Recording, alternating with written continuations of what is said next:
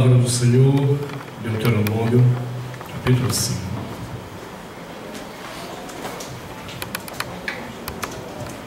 Deuteronômio, capítulo 5.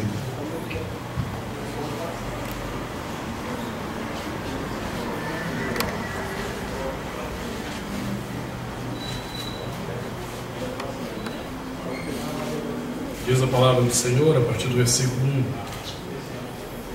Chamou Moisés a todo Israel e disse: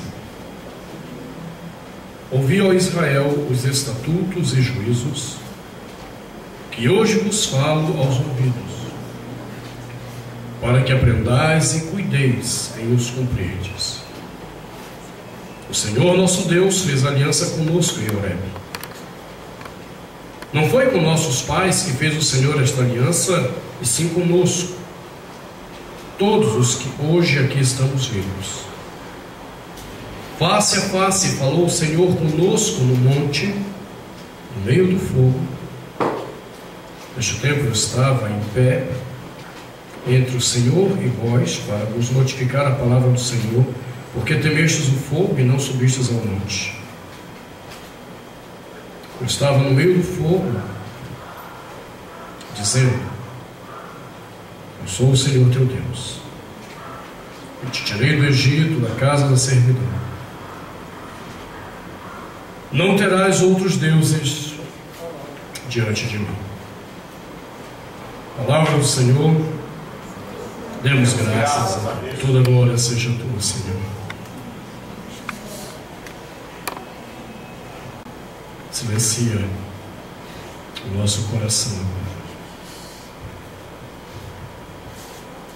Em nome de teu Filho amado, cativa a nossa mente e o coração neste momento em que recebemos a tua palavra, para que essa palavra tenha lugar profundo dentro de nós, para que ela opere a graça da transformação que tem que operar, para que tu sejas honrado e glorificado, Senhor, em nome de Jesus. Amém. Podeis assentar.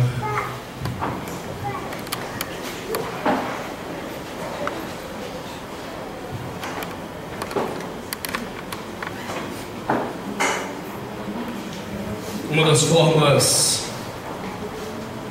muito sutis, ou muito sutil, que tem sido usado em nossa sociedade para plantar em nosso coração rebeldia contra Deus, é a imagem.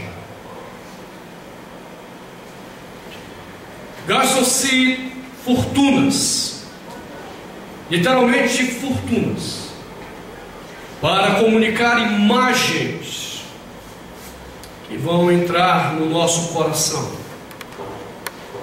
imagens que vão entrar na nossa vida e vão ficar perturbando comportamentos e nos levando a comportamentos dos quais muitas das vezes nós vamos nos envergonhar. E às vezes nós não entendemos por que isso. Propaganda de cerveja gasta uma nota com aquelas imagens mais bizarras possíveis, expondo mulheres nuas praticamente nas suas propagandas, e mensagens subliminares vão sendo compartilhadas através daquilo que estamos vendo. E às vezes a gente não entende o porquê. Às vezes nós pensamos que essas coisas estão acontecendo por uma coisa chamada comércio, capitalismo. Às vezes nós estamos achando que isso está acontecendo porque o negócio é ganhar dinheiro. Isso aqui é apenas a ponta do iceberg. O problema é mais profundo do que isso. As pessoas naturais, sem Cristo, sem o discernimento da palavra, acham que o negócio é só grana. Quem está envolvido acha que é só grana. Mas segundo a palavra de Deus, existe algo muito mais profundo. As imagens têm um poder muito forte para comunicar a nós rebeldia contra Deus.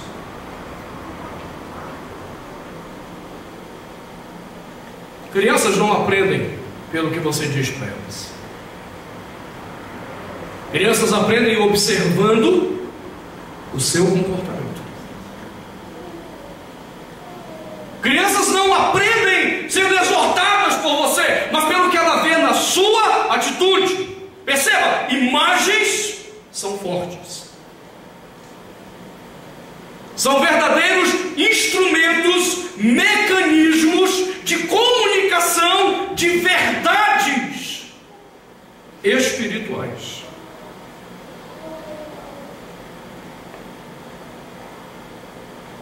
E exatamente porque esse instrumento tem sido usado de uma forma muito eficaz por Satanás, nós encontramos a nossa sociedade cada vez mais odiando mais a Deus. Esse tem sido o nosso ponto.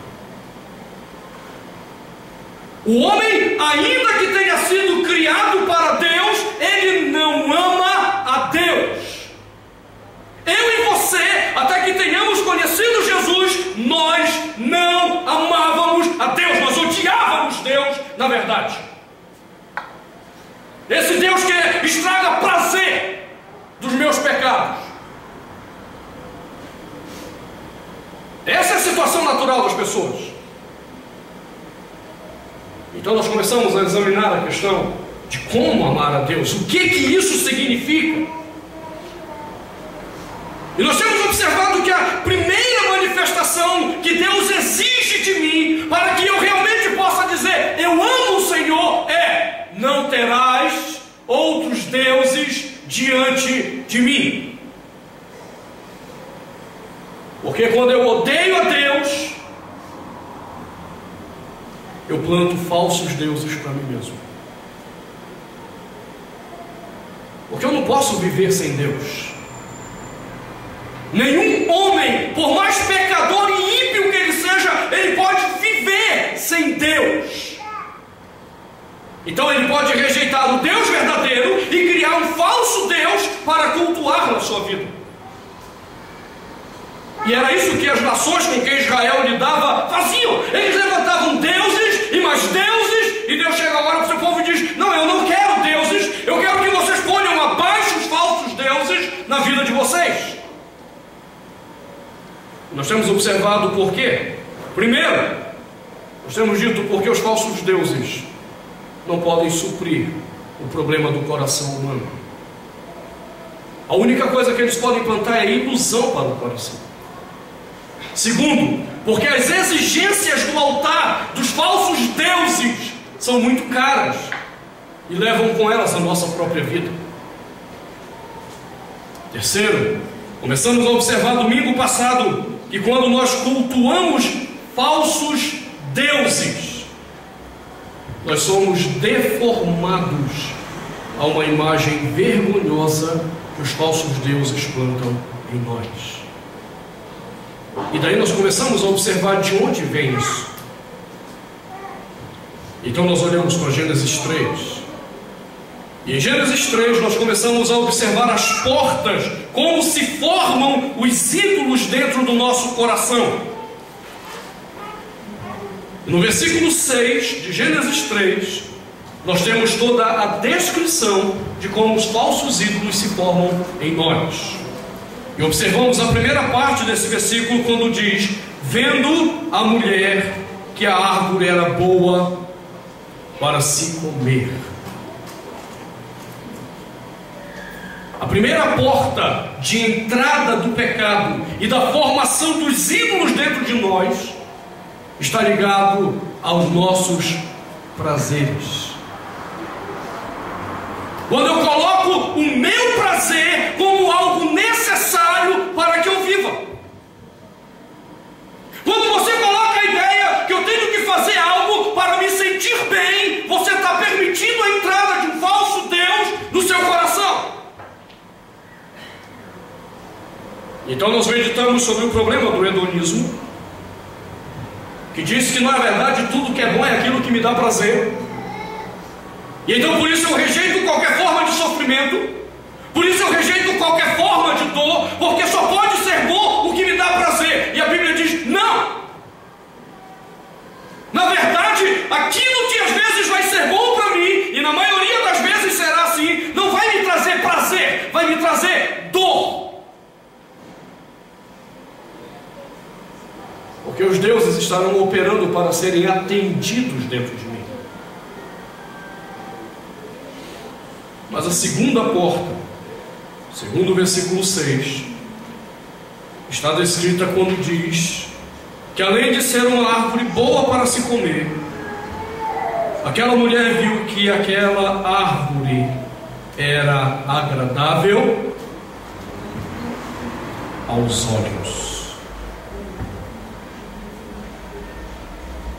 A árvore era agradável aos olhos. Você está começando a entender agora a introdução?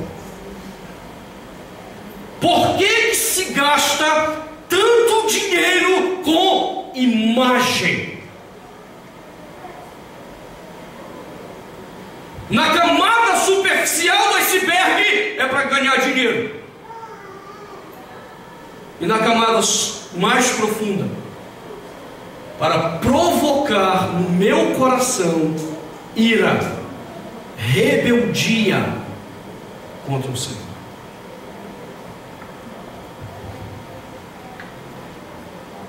E isso está atrelado diretamente às nossas ambições.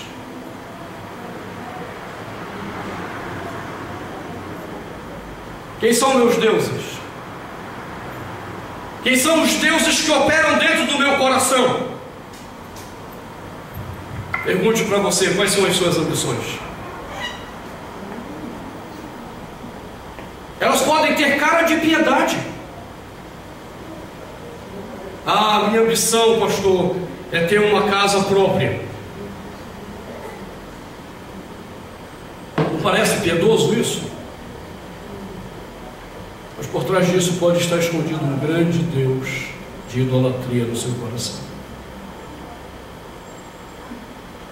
E você sabe que será um grande Deus quando isso começar a te incomodar, quando isso começar a te perturbar. Eu tenho que ter. Por que todo mundo tem e eu não tenho? Será que Deus não gosta de mim? E você começa a questionar Deus. Será que Deus não me ama? Porque todo mundo consegue comprar casa própria e eu não consigo? E então você começa a esquecer a gratidão. Porque ainda que você não tenha casa própria, você tem onde morar. Você começa a esquecer a gratidão, porque ainda que você não tenha casa própria, você paga aluguel e o dinheiro está lá para pagar teu aluguel. Então você começa a perceber que os ídolos começam a operar, rejeitando aquilo que Deus tem te dado e dizendo: você tem que ter mais, você tem que olhar e querer mais, você tem que ambicionar. Isso não passam de deuses falsos. Porque depois que você tiver a casa própria, agora eu vou querer mobiliar a casa. E não pode ser de qualquer jeito. E aí eu vou na loja e eu não vou ver o que eu preciso, eu vou ver o que o meu coração ambiciona. E às vezes eu vou me enforcar com dívidas e mais dívidas por causa da ambição que brota dos olhos. E onde está Deus nisso? Onde está a satisfação que o meu coração deveria ter em Deus? Onde está Deus como fonte da minha satisfação, da minha ambição, do meu desejo? Onde está Deus? Não, ele foi excluído pela minha ambição, por aquilo que os meus olhos veem, por aquilo que os meus olhos desejam. É interessante que o apóstolo João, ele acompanha esse desenvolvimento dos ídolos do coração na primeira carta dele, O primeiro pecado ele chamou de concupiscência da carne, e quando chega nesse momento ele diz que isso que aconteceu no Éden foi concupiscência dos olhos. Eu permito aos meus olhos contemplar para desejar aquilo que não é Deus.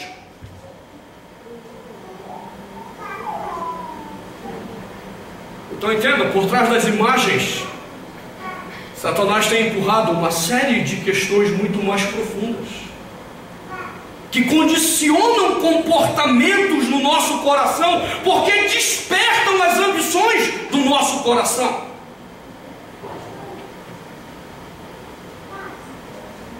Por que propaganda de cerveja não põe gente orando, lendo Bíblia? Por que propaganda de cerveja não põe gente na casa de recuperação, lutando contra o problema do alcoolismo?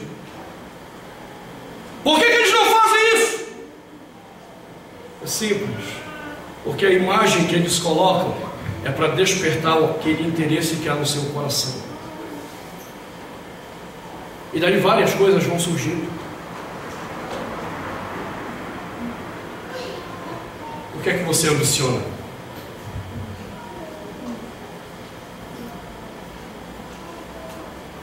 Qualquer coisa que você ambicione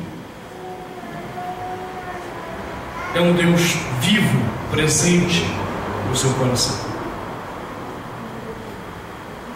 Um coração livre dos deuses, dos falsos deuses, que alimentam o pecado, que arruinam a nossa vida, que exigem as suas oferendas cada vez mais caras. Um coração livre disso é um coração que ambiciona Deus.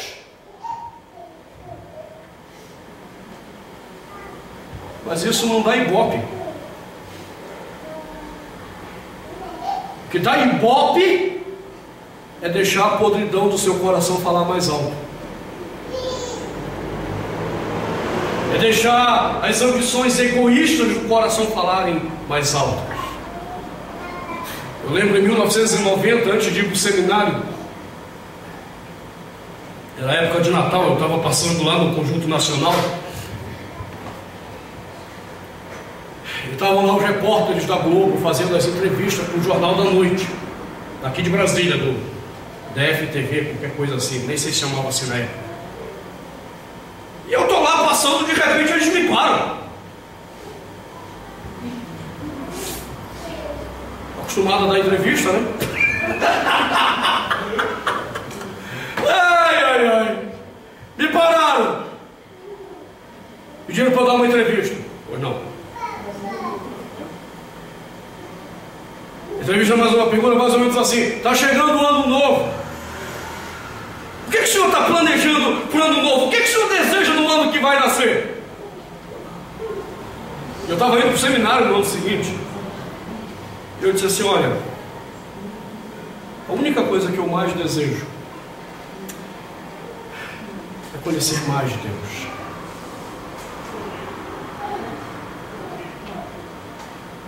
E a repórter veio: mas só isso? Como? Só isso? Você entendeu o problema? Por que a pergunta só isso? A sua ambição não tem nada mais a não ser Deus. Não tem. Eu abri mão do meu emprego no Banco do Brasil, emprego estável. Eu entrei no Banco do Brasil numa época que o Banco do Brasil pagava bem. Não é essa mixaria que o governo paga hoje para o funcionário do banco. Eu renunciei ao meu trabalho, eu pedi demissão na porta do Collor para ir para o seminário. Isso na cabeça das pessoas era loucura. O que é que você ambiciona? Eu tenho mais intimidade com Deus. E foi interessante que depois a repórter disse para mim: só isso? Eu disse: sim, é só isso. O senhor está satisfeito com a sua vida? Eu disse: estou. O senhor está empregado? Não, eu sou desempregado agora. E era verdade. O banco já havia me dado as contas, eu estava recebendo já o seguro-desemprego. Eu estou desempregado. O senhor não tem nenhum plano para o ano que vem? Tenho. Conhecer mais a Deus.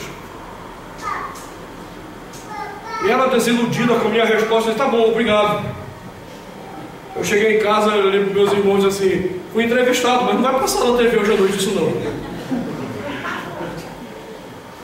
E por curiosidade eu fui assistir o jornal. Passou? Porque os ídolos sociais da ambição não foram atendidos.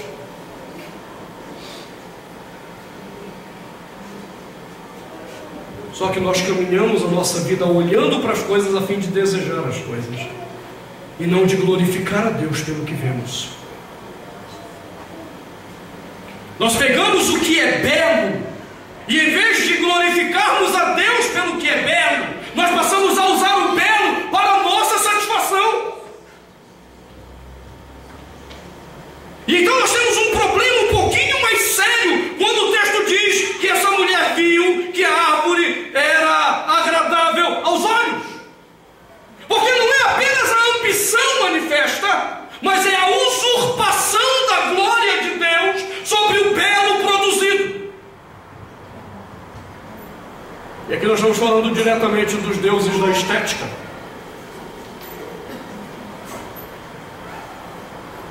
Dá para você entender como está sério isso agora? Não é apenas a ambição. É a ambição que rouba a beleza estética para a satisfação do homem e não a glória de Deus. Por que Jesus disse que quando você olha para uma mulher com intenção impura no coração, você já adulterou? Porque a beleza dela que lhe atrai não é para você, é para glorificar a Deus e não satisfazer o coração miserável, pecador que você tem. Eu estou usurpando a beleza estética para a minha satisfação. Eu lembro quando eu era adolescente, eu tinha um pastor presbiteriano do fogo, era do mistério. Nem sei por onde ele anda, nem sei se está vivo ainda. Pastor Erivaldo. Mas ele era do fogo porque o cabelo dele era...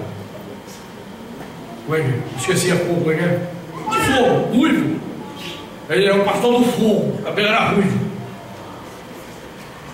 E o Erivaldo, ele dava muita palestra para a gente quando eu era adolescente. Eu lembro quando ele tratou disso numa ocasião. Como você olha e o que você deseja pelo que você olha. Então ele foi dizer para a gente que a questão do olhar é problemática. Primeiro porque ele pode ser totalmente corrompido, que você não consiga nem passar despercebido sem pecar. É aquele cara que está tão contaminado pela prostituição do coração, que ele não pode ver uma mulher que ele já está pecando. É como um homem que se converteu numa série de conferências que eu fiz na adolescência, e que ele dizia: pastor, a minha vida era que nem aquele versinho: quando eu vim da minha terra eu trouxe um pá de colher, eu não sei que meus olhos têm que não pode ver mulher. Tem gente que é assim. Ok, mas tem gente que não é assim, mas se olhar com a perspectiva errada fica assim. Então Erivaldo dizia pra gente que quando ele saía, às vezes tinha aquela situação problemática. Mulheres que usam roupas, é para provocar mesmo. É para provocar. Nós estamos vivendo uma sociedade cada vez mais licenciosa, mais permissiva, mais promíscua. E você precisa entender como você vai olhar. Então ele dizia que quando ele saía às vezes e passava essas mulheres mal vestidas não era que não estivessem elegantes, eles estavam nem prostitutas mesmo, com a roupa que vestiam. Era inevitável olhar. E ele dizia: a única maneira de eu lidar com essas situações era naquele momento parar e orar ao Senhor e dizer: Deus, louvado seja o teu nome pela beleza que há nesta mulher, e que o Senhor se compadeça da prostituição que existe no coração dela. Eu estou ensinando o meu coração a olhar com a perspectiva correta. Eu estou ensinando ao meu coração a olhar com os olhos de Deus a questão. Porque se eu permitir que as imagens entrem dentro de mim, bom, então ídolos vão começar a se manifestar. E logo esses ídolos vão estar controlando o meu comportamento. Aí você diz assim: ah, mas eu não sei por que eu faço isso. Pergunte o que é que você está vendo. Não foi à toa que Jesus disse: se teu olho te faz pecar, arranca-o. Alguns irmãos na Idade Média levaram a sério isso mesmo. Os caras pegaram e arrancaram os olhos mesmo. Mas não era isso que Jesus estava ensinando. Jesus estava ensinando você ver de onde está vindo a fonte que alimenta os ídolos pecaminosos do seu coração. E uma dessas fontes é o seu olhar. Como você olha e o que você permite produzir a partir do seu olhar. É por isso que no comércio tudo se joga em torno da produção daquilo que é atrativo aos olhos. Porque eu tenho que estimular a ambição, eu tenho que estimular o seu desejo, eu tenho que estimular o seu comportamento pecaminoso. E eu só tenho como fazer isso se eu atiçar os deuses do pecado, do olhar, que operam dentro de você.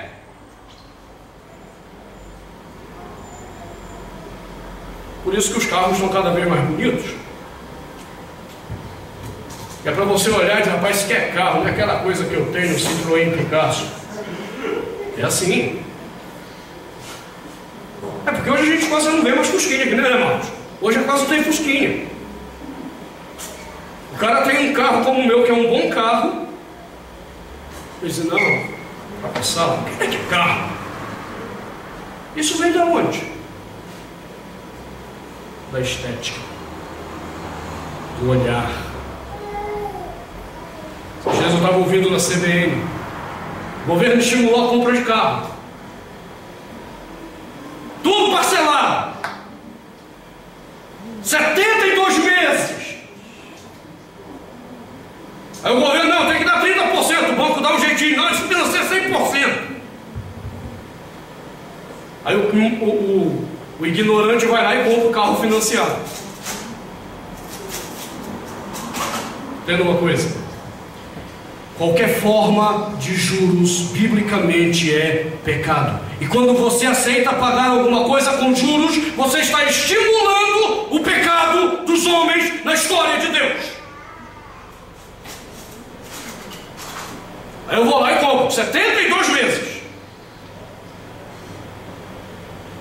Adivinha qual é o setor mais inadimplente do país? O da venda de carros.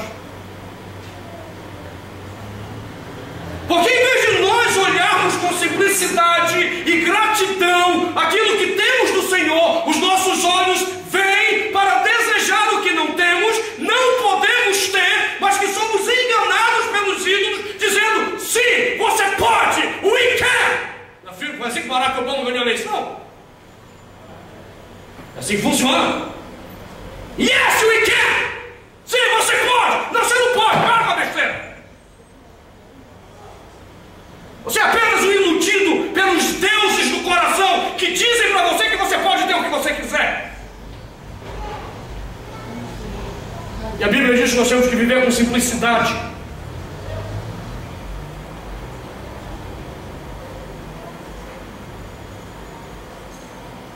Por onde nós quebramos a simplicidade? Por aquilo que a gente olha e deseja. Olhe e deseje aquilo que Deus não olha e não deseja.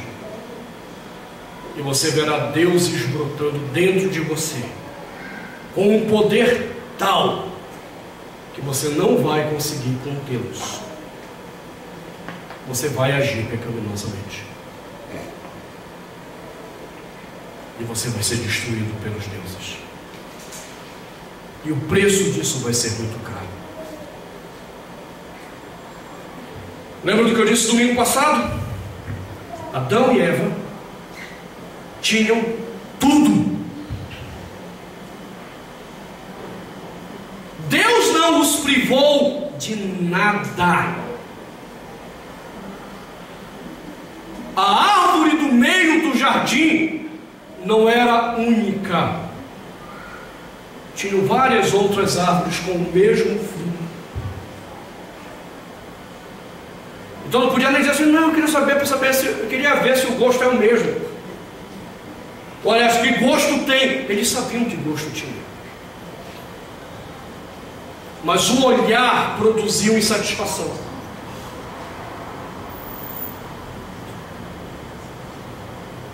Por que às vezes você não se sente bem com você mesmo? É porque você talvez seja feio, ou porque você esteja acima do peso, ou porque você não sei o que? Não. É porque os seus deuses fazem você olhar para outras pessoas e estabelecer comparativos com os outros.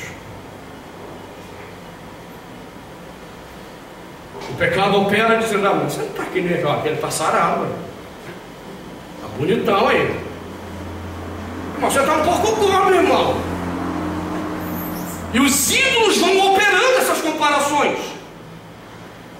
E de repente eu estou mal, estou deprimido.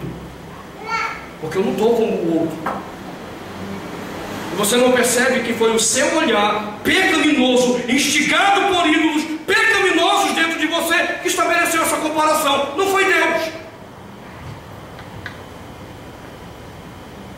Você não consegue olhar com gratidão para você, a Deus pela sua vida. Do jeito que você é, com o cabelo que você tem, com o peso que você tem, não, você está sempre satisfeito, porque você está olhando para outros como medida de comparação, e isso é pecaminoso, porque isso não vem do Senhor.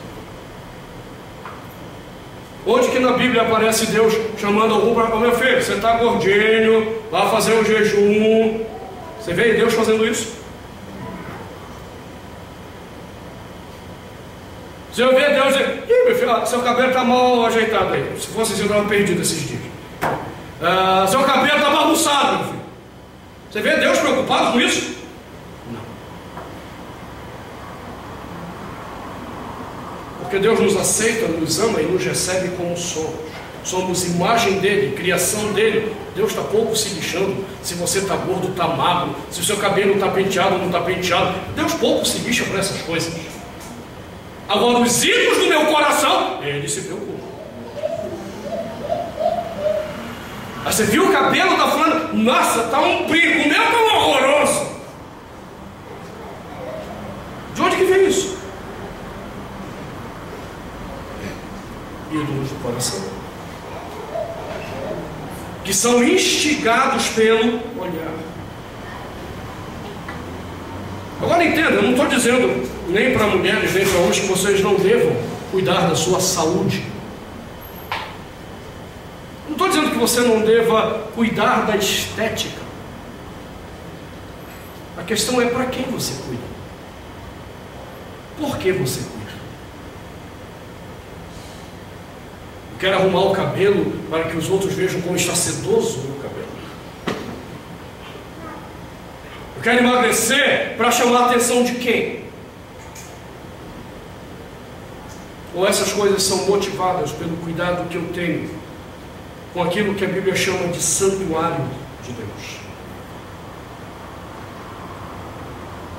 Os ídolos do meu coração, que se baseiam no olhar, eles me fazem desejar uma mudança de comportamento, de vida, para que os outros me contemplem e me adorem. Deus opera em mim essas coisas, porque sou santuário dele. É diferente.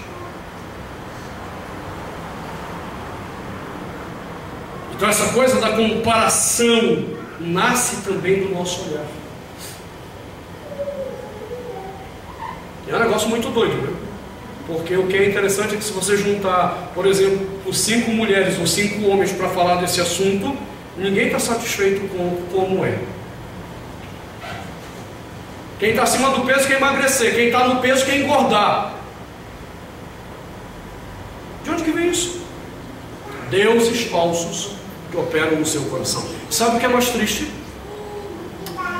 É Porque a igreja parece que agora, em vez de alertar para esses deuses que controlam, que oprimem, que geram depressão na vida das pessoas, a igreja, em vez de denunciar, a igreja, em vez de chamar a atenção e chamar as pessoas a se arrependerem, a igreja, em vez de dizer, quebrem esses altares malditos nas suas vidas, a igreja estimula.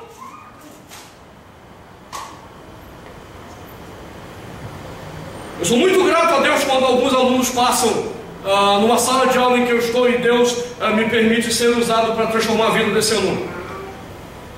Mas você quer ver o decepcionado é quando um desses benditos passa na minha turma e continua do mesmo jeito ou fica pior. Eu tive uma aluna que é pastora,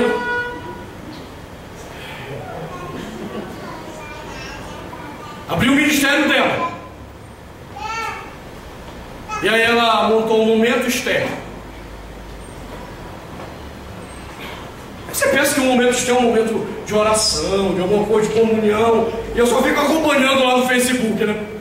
Meninas, nosso momento externo.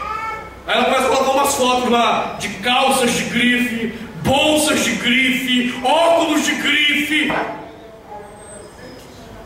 Eu digo, que diabo de momento externo é esse? Deve ser uma Esther diferente da Bíblia. Deve ser uma Esther do inferno que agora plantaram na igreja. Porque o que ela está dizendo para as mulheres da igreja dela? Sejam consumistas. Você nunca vai ser feliz se você não tiver o poder de uma bolsa Gucci na sua mão. Gucci não é aquele negócio? Sei lá, não sei o que, Vuitton. Como é que é? Louis Vuitton. Momento externo, se você não tiver uma Louis Vuitton na sua mão, você não vai ser feliz, minha filha. Peça para Deus que Ele vai te dar. Só se for para o Deus maligno, pecaminoso, que opera no seu coração. Esse Deus maligno, pecaminoso que está no seu coração, Ele se preocupa com a sua vaidade. Ele se preocupa com a sua futilidade.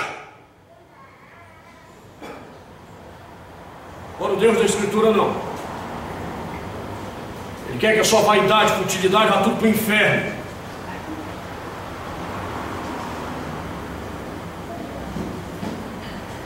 Ele quer o seu coração. Ele quer a centralidade dele na sua vida.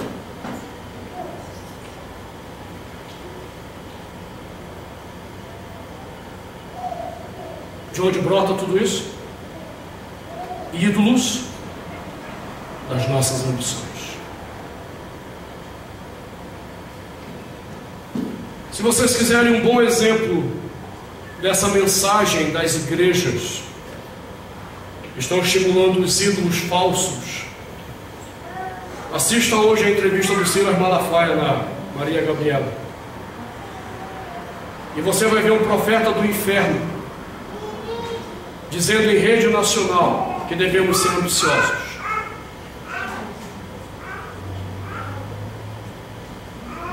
Você tem alguma ambição? Espero que após o sermão de hoje, se você tinha alguma ambição, você tenha se arrependido.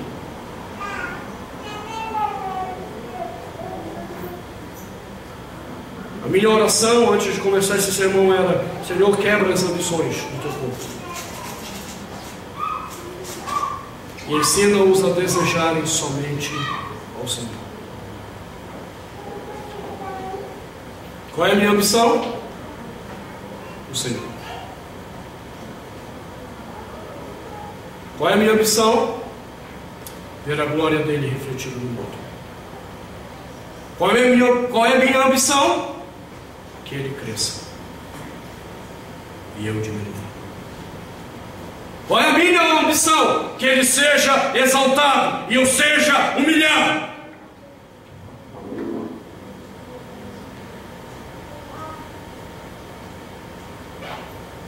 Então está na hora de você rever o que você anda vendo.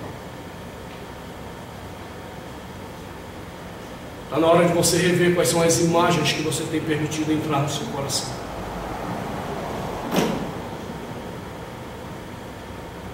Se você não fechar essa porta, os ídolos continuarão operando na sua vida. E você não entenderá o que é amar a Deus. Porque Deus diz: não terás outros deuses diante de mim. Você ama de fato o Senhor? Quebre os ídolos que estão dentro de ti. Quebre os ídolos que te fazem acreditar que você precisa do prazer para ser feliz. Quebre os ídolos que te fazem ambicionar, dizendo que você precisa ter para ser feliz. Não, você não precisa ter. E você nem precisa ser. Porque a única coisa que você é um pecador miserável. Então isso também não ajuda.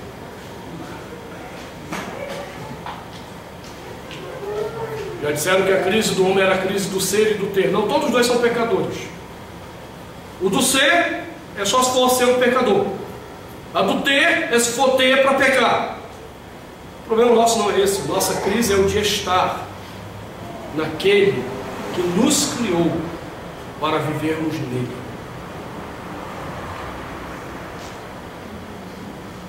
Então fecha essa segunda porta. Versículo 6 ainda trata da terceira porta. Ela viu que a árvore era desejável para dar entendimento,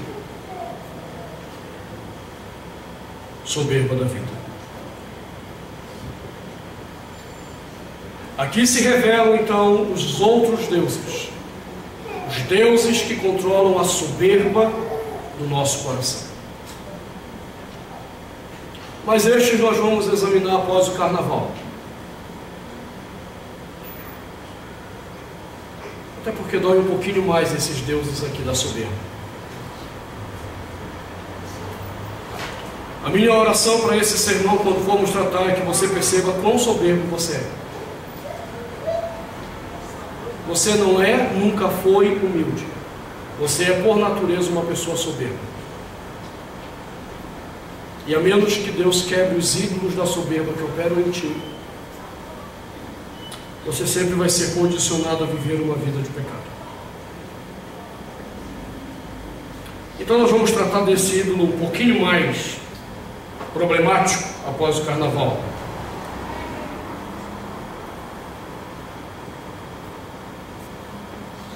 Já disse um texto apócrifo que essa casta não sai se não for com jejum. E para os que não entendem o que eu estou falando, talvez aqui no culto ou na internet, é um texto apócrifo, porque essa frase não existe no texto bíblico. Não está na Bíblia esse negócio de que o demônio só sai com jejum. Isso foi um acréscimo às Escrituras Sagradas, produzida por escolas gnósticas.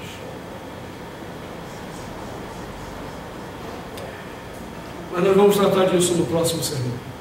Eu quero me convidar a fechar os olhos.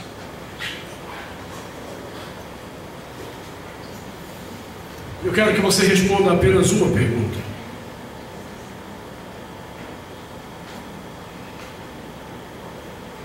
Quais eram as suas ambições quando você chegou aqui?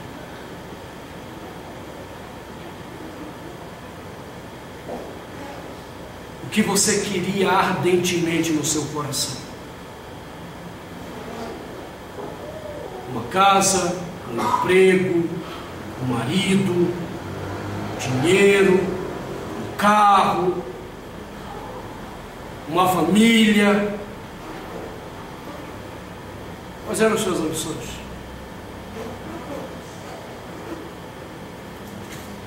Qualquer uma delas são deuses falsos operando em você.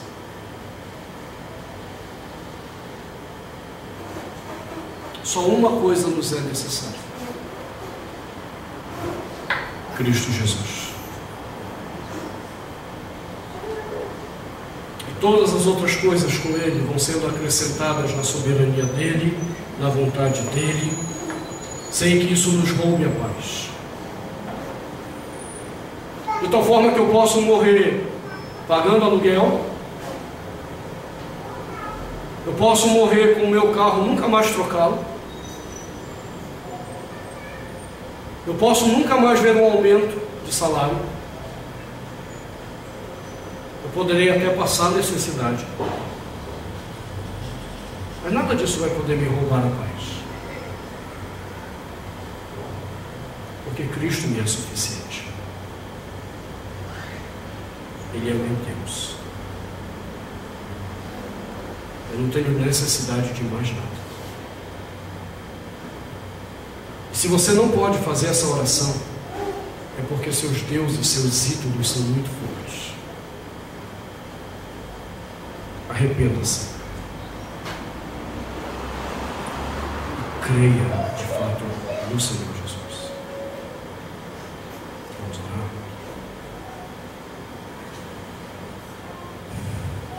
Senhor,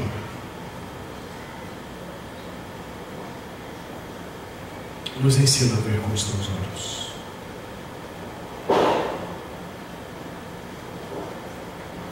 Olhos que contemplam o Senhor. Olhos que se voltam para o Senhor. Olhos que querem apenas o Senhor. As nossas ambições sejam prostradas diante de Ti. Que a nossa ambição seja o Senhor, fazer a Tua vontade, viver para Ti.